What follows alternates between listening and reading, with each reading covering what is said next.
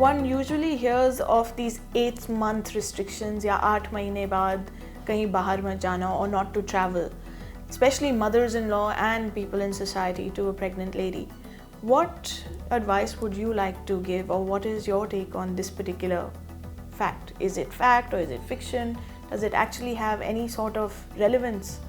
Well, I am being asked about this Atva Mahina all the time, and I am really at a loss medically to explain what to answer to them, because clearly medically 7th month is a far more riskier time as compared to the 8th month.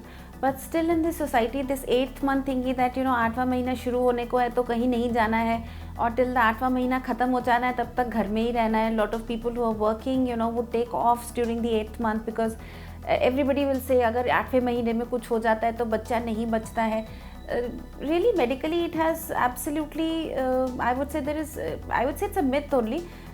Because if you go back, probably 8th month would be the transition time when the babies could be saved. Till before that, probably 7.5 months, or even at the beginning of the 8th month, probably till that time the child was not supposed to be viable. So 8th month was the time, after that probably the children were viable in the Indian scenario. So that is why the restrictions were that okay, let this period pass peacefully, because in between baby would be still premature, and now the baby can be salvaged, so be careful.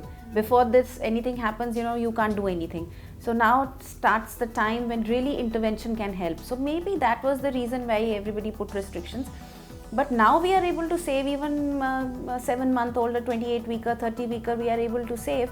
So for us, probably 30-weeker is far more at a risk, that is 7-month-old baby is far more at a risk as compared to an 8th month. So I think if you have to take restrictions or be careful in your 7th month rather than the 8th month.